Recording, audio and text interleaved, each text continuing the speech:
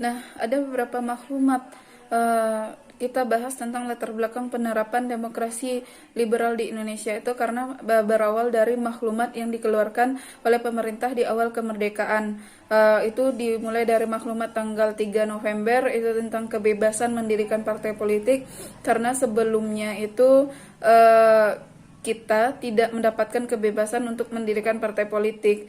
Yang kedua, maklumat tanggal 5 Oktober tentang berdirinya Tentara Nasional Indonesia. Yang ketiga itu maklumat tanggal 16 Oktober 1945 itu tentang pergantian sistem pemerintahan dari presidensil ke parlementer. Nah, ini diusulkan oleh salah satu anggota KNIP yaitu Sultan Syahrir, di mana pemegang pemerintahan itu sekarang tidak lagi presiden tetapi dipegang oleh perdana menteri. Nah, disinilah nanti pada akhirnya muncul kabinet-kabinet yang terkenal pada masa demokrasi liberal. Sebelum demokrasi liberal dilaksanakan di Indonesia, Indonesia juga sudah pernah dipimpin oleh 3 kabinet. Yang pertama itu ada kabinet Syahrir, itu yang mewakili kita pada perundingan Linggarjati. Yang kedua ada kabinet Amir Syarifuddin yang mewakili kita pada perundingan Renville. Yang ketiga ada kabinet Hatta yang mewakili kita pada Komisi Meja Bundar pada tahun 1949. Nah, tapi itu kita belum menerapkan demokrasi liberal. Nah, kapan kita menerapkan demokrasi liberal? Demokrasi liberal kita terapkan itu pada tanggal 1950 sampai 1959. Ada 7 kabinet yang terkenal pada masa demokrasi liberal. Rumusnya itu ada NS-WA-BAT. Itu ditulisnya miring lurus ke bawah. Natsir, S. Sukiman, A. Ali 1, NS W. Wilopo, A. Ali 1, B. Burhanuddin, A. Ali 2, dan yang ketiga itu ada Juanda.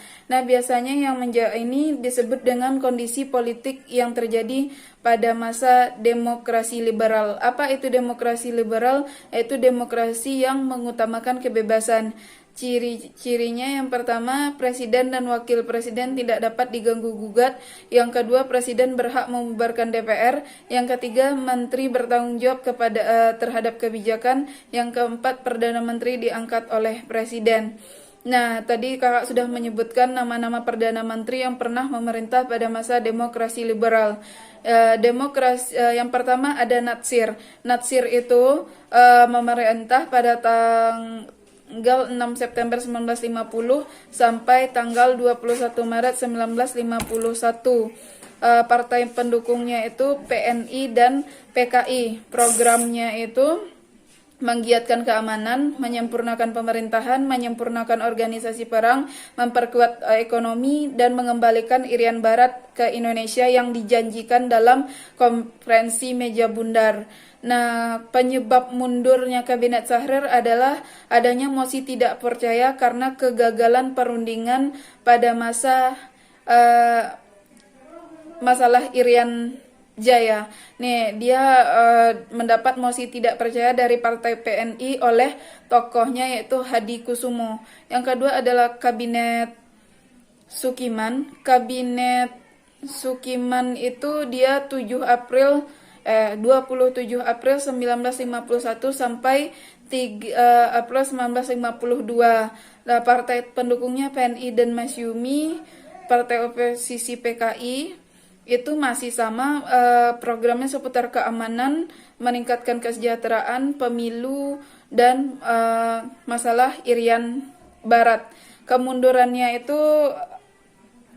Sukiman dituduh lebih memihak blok barat karena menerima MSA atau Mutual Security Act, atau itu adalah bantuan senjata dari Amerika Serikat.